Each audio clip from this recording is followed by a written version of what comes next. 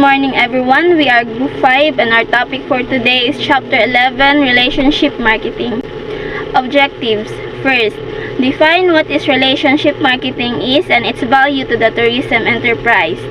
Second, differentiate between traditional and relationship marketing. Third, discuss how to retain and build customer loyalty.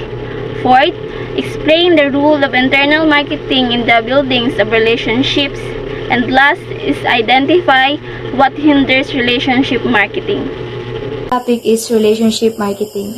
Relationship marketing involves creating, maintaining, and enhancing long-term relationship with individual customer as well as other stakeholders for mutual benefits. Relationship marketing sees the customer as an asset. Its function is to attract, maintain, and enhance customer relationship. The goal is not only to encourage guests to return but to get them to tell their friends and relatives how good its product or service is. Define relationship marketing as an ongoing process of identifying and creating new value for individual customers for mutual value benefits and their sharing these benefits over a lifetime of association. According to Arkell and Cutler 1999, now is the time of shift from being an agent of the seller to being an agent of the buyer, and from being a marketer of goods and service to being a customer consultant and manager of his and her products. So, that is relationship marketing. So, ang pasabot dahil sa relationship marketing is atong i-maintain o i-enhance pa ang atong pag-treat sa atong customer para dili madawat ang atong reputasyon. There are 5 levels of relationship marketing. Each represent a different stage in the relationship marketing journey. The first is the basic marketing. The first step in relationship marketing is to acquire a relationship by guiding them through sales, also referred to as a direct sale.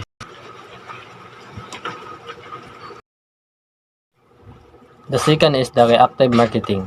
The second step is encouraging the customer to provide feedback after that purchase.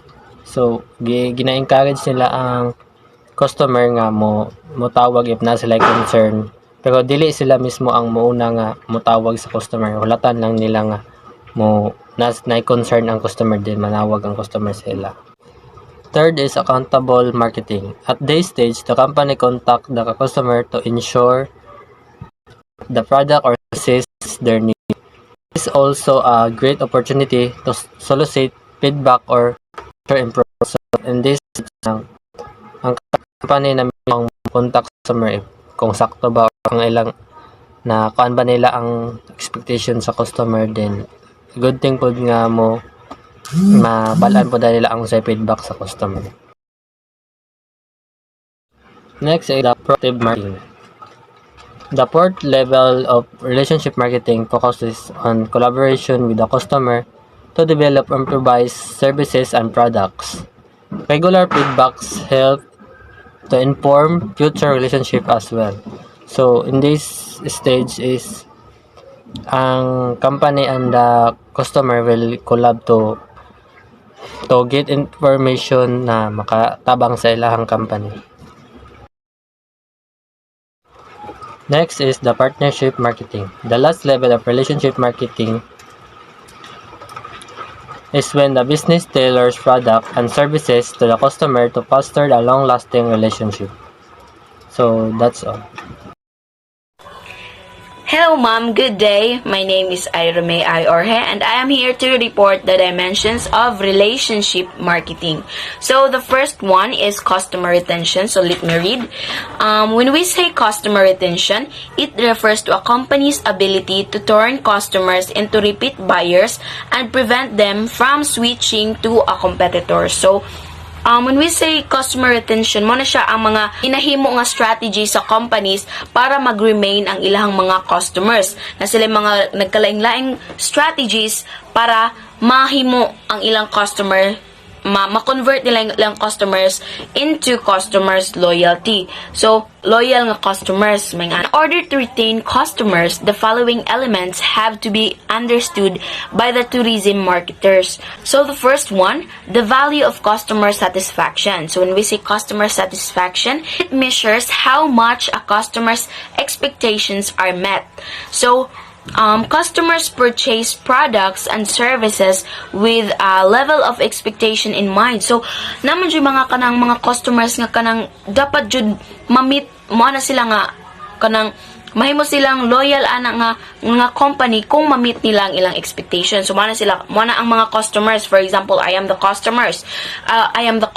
So, mo na jud ko batigan nilang serbisyo, di jud ko mo balik-balik ani. So, kung ma-meet na sa customer ang ilang need nga masatisfy na sila, so mao na siyang gitawag nga customer satisfaction kung ma-meet na nila ang expectation sa nga company sa ilang service.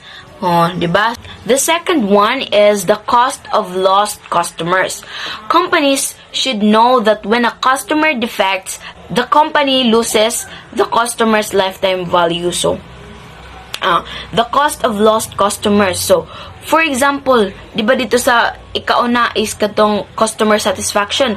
So, kung ang customer dili nila ma-meet ang ilang expectation, so, lost jud na sa company nga, mawagta nga jud sila customer. Di ba? So, kung mawagtangan na sila og customers, mao na siya ang gitawag nga, kanaang mawagtang na nila ang wala jud to, di na jud na sila magbalik-balik ana nga kumpanya ni mo. So, mawagtang ang value nila. So, maibanan ang imong mga customers. So, ang ikatulo is the importance of resolving customers' complaints. So, diri na tano. Pagatiman nimo atong mawagtangan kag customers, so silbi naman mga feedbacks nga manggawas. So, you need to solve it. So, this is a critical component of the customer retention. Unresolved customer complaints may result in negative word of mouth and loss of future sales. So, for example, ikaw nga company, dili nimo ma-resolve ang kadtong complaints sa usa ka guest. So, magkalat na siya, magkalat, and then more nga mga people ang makabati ato, the more nga dili sila mo anha sa inyohang company, di sila mo tiwala, di sila mo palit or mo purchase anang inyong product kay tungod atong feedback nga wala ninyo na resolve.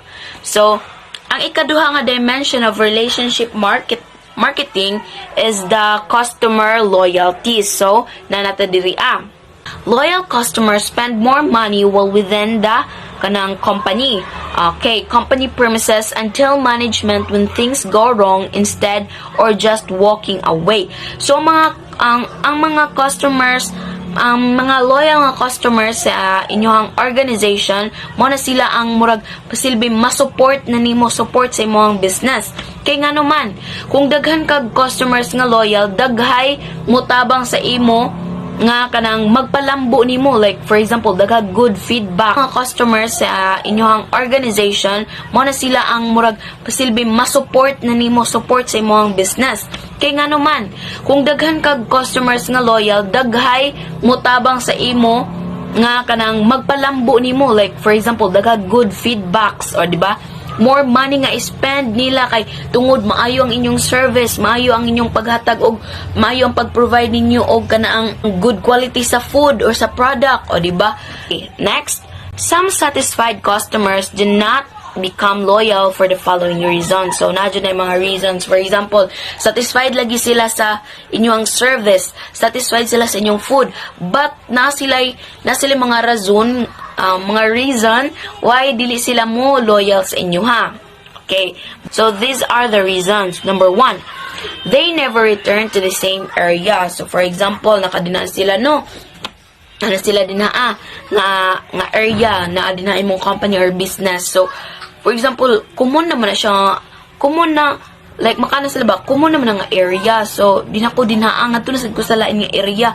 So, yung anang mga customers. So, like, kung permente na nila makitaan, like, for example, dool na sa ilang balay, so, permente na nila makitaan, mapulan jud ang tao, no? So ang ikaduha nga reason, customers like to experience different service providers when they return to the area. So for example, kada nga customer nimo is nagbalik-balik na, and then same ra gyapon ang imong mga service yung nga gi-provide, walay ka improve. So makana jud na sila nga mo na ma-permit ila serbisyo nga ihatag. So mag-change sila og kumpanya nga ilaha na pong tryan. So nga na mga customers. So we need a strategy nga para ang stages nga dapat unsaon na to pag-improve ang atong service. Like dapat dili ibalik-balik, kay kung ibalik-balik silbi mapulaan na jud, no, mapulaan. So the third reason is customers are price sensitive and will shop for the best deal. So kung mahal inyong product, malamang kung bugat sa bulsa jud bugat sa bulsa, so di na jud magbalik-balik ang tao. Like mangita jud na og kana ang more kanang less expensive, mangita jud na sila ginguning ana. Kay what if ang imong mga customer is kanang sakto lang ang ilang kwarta, and then pag adto nila agoy kamahal sa bulsa, like sakit kay sa bulsa, so di sila mo padayon. So next na question, is a loyalty program the same as a frequency program? So let's find out. So frequency does not build loyalty. It is loyalty that builds frequency. Customers can stay focused on the deal and not to the product. So ato sila ilain-lain pag-explain. So a loyalty program is a strategy undertaken by a firm to manage the three components of the loyalty circle. The first one, loyalty circle, how the service works. The second one is value creation. The third one is communication.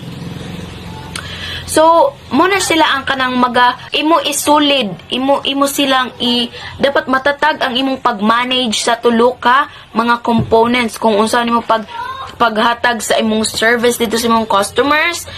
It create an emotional bond with the customers so that they give the firm a majority of their business, provide positives, word of mouth, act in partnership and the firm, and spend more with the firm than a non-loyal guest. So, ang kanang mga loyal customers, mo na sila ang naga-provide sa imong company og good feedbacks. No, not a good feedbacks, but a good word of mouth. Mo na ang inyong makapapromote sa inyong company. Like, for example, daghan mo mga loyal customers. So, daghan jog mga feedback nga maayo. So, daghan pod og kanang mga tao nga mo anha sa inyo, ha. So, loyal programs mo na sila ang mga kanang mga dapat jud kanaang ipatatag nato kay naa din ha ang mga customers nga loyal sa ato. So, a frequency program is defined as any program that rewards guests with points, miles, stamps, or punches that enables them to redeem free rewards or discount merchandise. So, kanang frequency program, mo naghatag lagi sila og kanang mga rewards sa guest, points, but dili man makuha sa guest. So, may example, ana. Okay, with frequency programs, sales may increase as they would with price discounts. Repeat purchases may also increase, but the focus is on the rewards and not on the product's priority or brand relevance. So frequent programs na sila nag-focus sa price discounts, not dili nga to sa brand. Next slide. According to Aker in Aker 2017, in a study conducted by the American Marketing Association, there are 4 factors that drive brand loyalty. The first one is dependability, from the word depend. So, Customers must know that they can depend on your company for the products and services they need. So you will be first in mind over the competitor. So, for example, ang customer is mag-need sila og ingana nga product, and then dapat ang customer nga naa sa imong company is kanang kahibalo na siya kung unsa joy main ana nga company.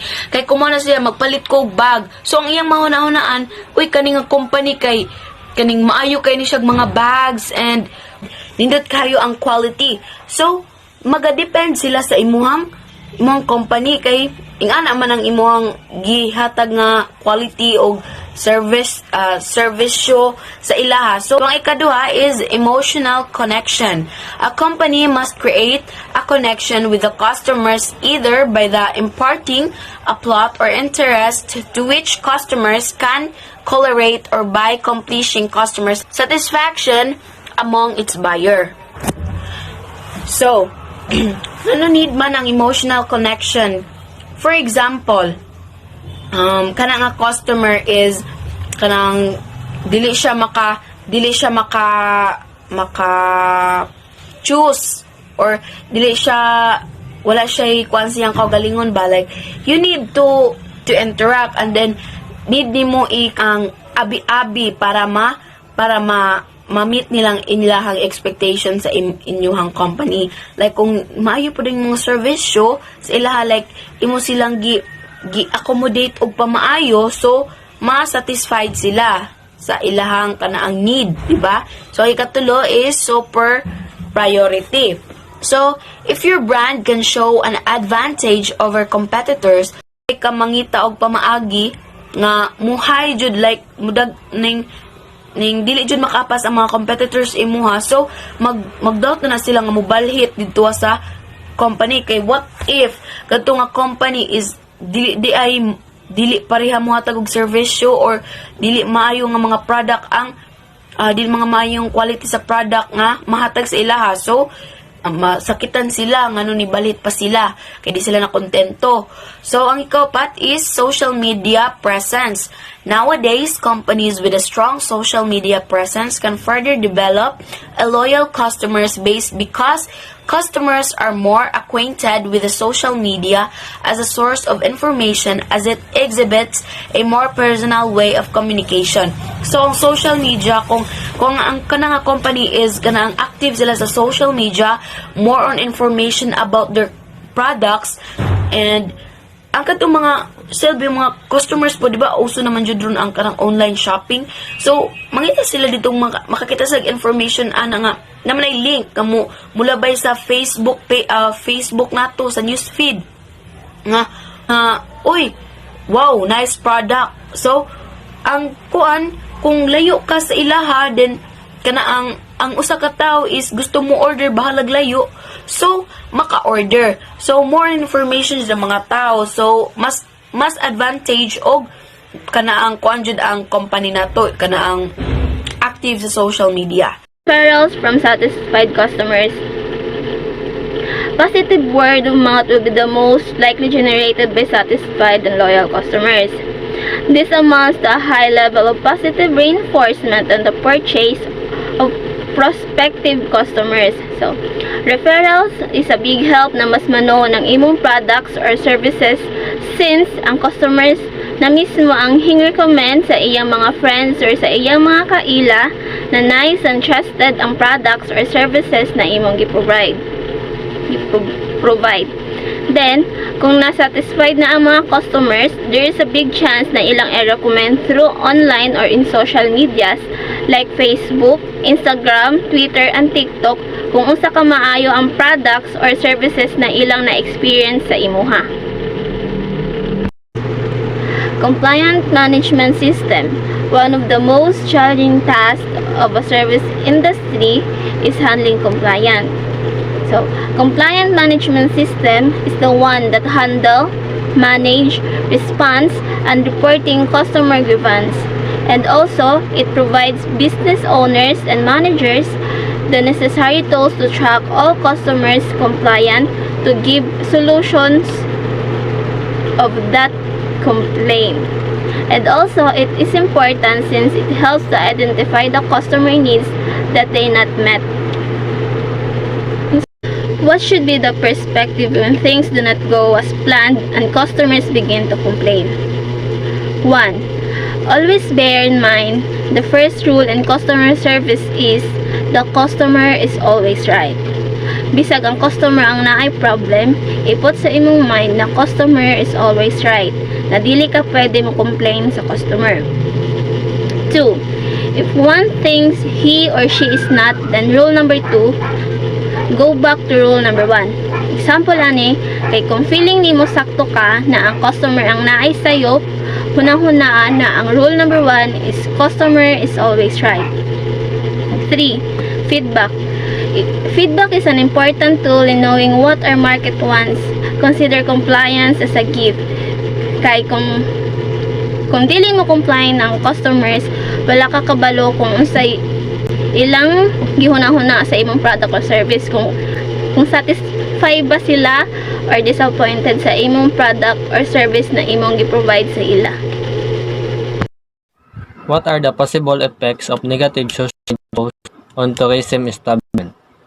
One of the biggest concern for tourism brand is maintaining the brand image. However, as one comparative study finds out, attention on the official social media posting can alert at brand image. So, if kana ang kaso sa establishment, na possible nga ma-impluwensyahan ang ubang tao nga makita sa post, especially negative post nga towards sa inyong company or establishment, naka-impluwensya sa uban nga dili na sila moana sa inyong establishment tungod sa nabalitaan nila nga maon ni di na sila moana diha nga establishment because na sila na nabasa towards nga establishment mao nang dako gid siya epekto sa ang pag negative post sa social media, because nowadays is tanan tao is focus na sa social media.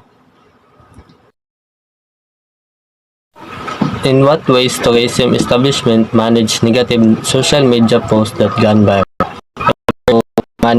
Develop, promote city authority that tourism understand. So, in order to manage the kanang negative nga post towards sa company is ipakita nila ang ilahang achievements sa ilahang establishment, then kanang i-probe nila sa through social media din na what is ang unsa gid ang pack nga nahitabo unsa ang tinuod pa depende lang establishment unsa ang nahitabo gid para napod nakabadungog pud sa uban tao ang ilahang side kung tinuod ba gyud ang katong gi-post towards sa ilahang establishment.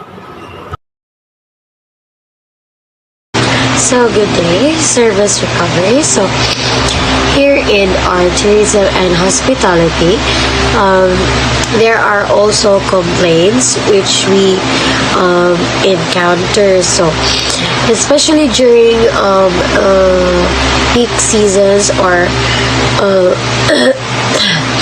a lot of customers are in the tourism and hospitality, complaints are really on top. So, customer service advocates strategies to ensure that complaints are handled well. So, this service recovery helps the tourism and hospitality what they are gonna do to help come up with alternative way so that they can handle this situation or problem. So these are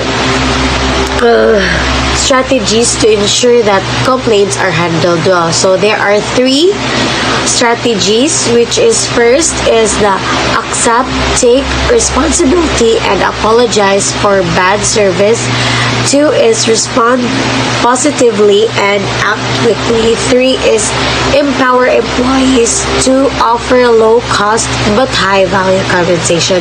So first is accept, take responsibility, and apologize for the bad service. So as an employee, you need to accept the fact that nagkamali ka in your station or something in your tourism. You need to take responsibility because it's your job. And afterwards, you need to apologize on what happened through that service.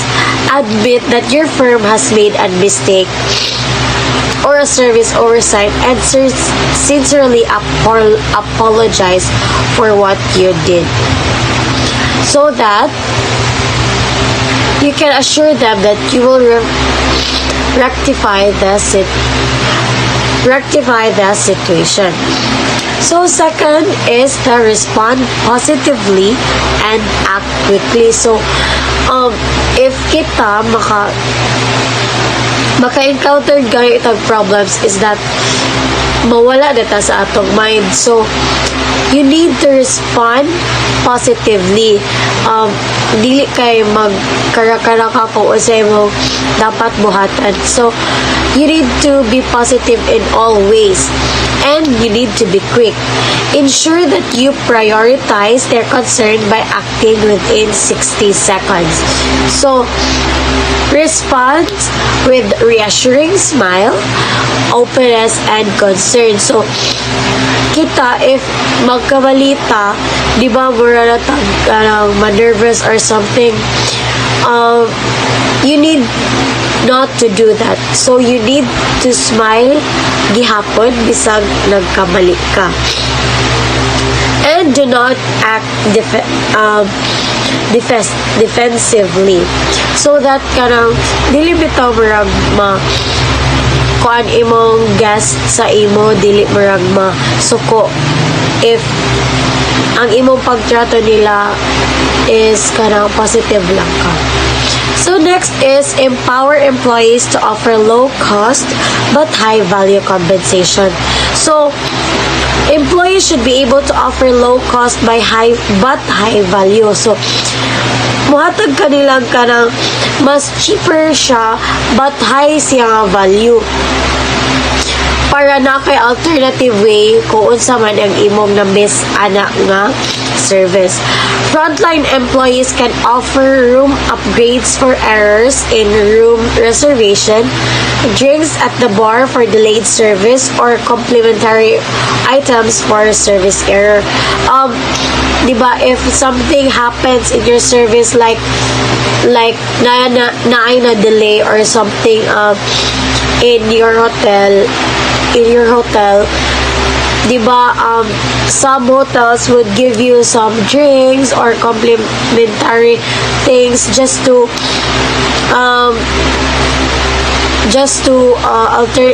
alternately para makuan nila imong na-delay nga service. So those are the strategies you need to do when there is a complaint or there's a problem in your service. So service recovery strategies enable hotels, airlines, and restaurants to turn a bad experience into a memorable experience for their clients. Imbes nga that particular day is a bad experience for them, we employees need to turn that into a memory experience for our clients. Doing so assures customers that their satisfaction is important to the service provider, thus establishing loyalty, so that ang atong satisfaction sa atong client dili mawala og ang atong loyalty for them. So that is what service recovery stands for. So next is internal marketing. So in relationship to marketing, quality should be the concern of everyone in the organization. So, di ba, quality man jud. So, in quality cannot be established by just the frontline or guest contact employees. So, ang quality, dili lang kay sa, kanibitaw, naa sa frontline desk or sa guest to employees lang siya mag-base sa usa ka establishment. But also, kanang mga employees that are not seen or non-guest employees. The key to building relationship with customers is the organization's employees. So, if sa usa ka building mo communicate ka is through employees, di ba?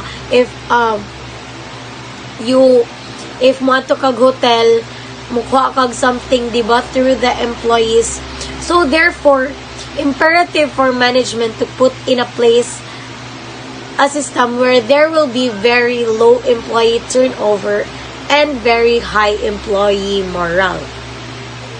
So, the principle of internal marketing is to market hospitality jobs to employees just as they market hotels or restaurants to customers. This is according to Shoemaker 2007. So, the principle ko no sa internal marketing is through his hospitality jobs sa usa ka employees. Some international hotels seek out the top graduates of universities and offer them attractive employment packages in order to beef up their roster of employment. So, mga international ganing ang mga establishment or hotels, usually, mga top graduates ilang pangitaon, and they would offer packages just to para maganahan ang mga bag-o nga mga graduates to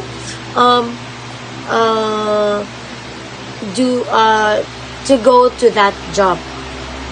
So, companies with low employee morale tend to provide the minimum service requirements. Excuse me. Excuse me. So, kanang mga low employee morale nga mga employees, ang ilang rabitang ihatag nga best is really not their best, which is their minimum only because they're on their low employee morale. So, ang ilang i-give is not their totally best, and they are not willing to go extra mile. So, kung asa sila, dira radyo na sila kay they are low employee morale naman. They are in minimum service. When employees are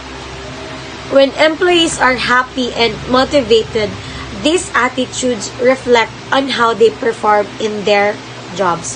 So, ikaw, if ganahan ka sa imong job and motivated ka, di ba, you are willing to do your job even though kanang unsa pa siya ka-hard or unsa pa mga problems mo attack sa imo, you just need to face it and willing nimo i-give imong best just for that job.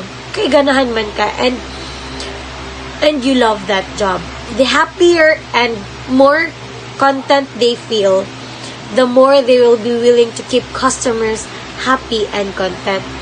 If ikaw contented ka and happy ka sa imong work, your guests or your customers will also be happy and contented with how you do your job to them. So that is what internal marketing is. So that is all. Thank you. Research conducted by the Philippine Student for Educates 2012 on the attitude and perceptions of hotel practitioners on the practice of relationship marketing revealed the importance of relationship marketing in their job. Using the qualitative research methods such as in-depth interviews, focus groups, and online interviews, practitioners revealed that the hidden formula for overall satisfactions include productivity of hotel staff as service providers, treatment of guests as part of the family innovation, good relationship skills of hotel employees, priority given to the guest. Productivity of hotel and staff service provider. So as a staff of a hotel or as a service provider, we should be productive so that we can supply the needs of our guests and we can accommodate them. Treatment of guests as part of the family. So we should treat our guests as part of the family so then they can feel at home when they stay in our hotel. Innovation, so we should be innovative as a hotel or service provider. Good relational skills of hotel employees, so we should have good relationship towards other employees so that we can have a teamwork. Priority given to the guests, so our top priority as a service provider is our guests so that we can provide them their needs. Benefits of building relationship with customer. Building relationship with customers should be strategic focus of tourism establishment. Research proves that small increase in loyal customers can result in major increase of profitability. So this is the benefit of relationship.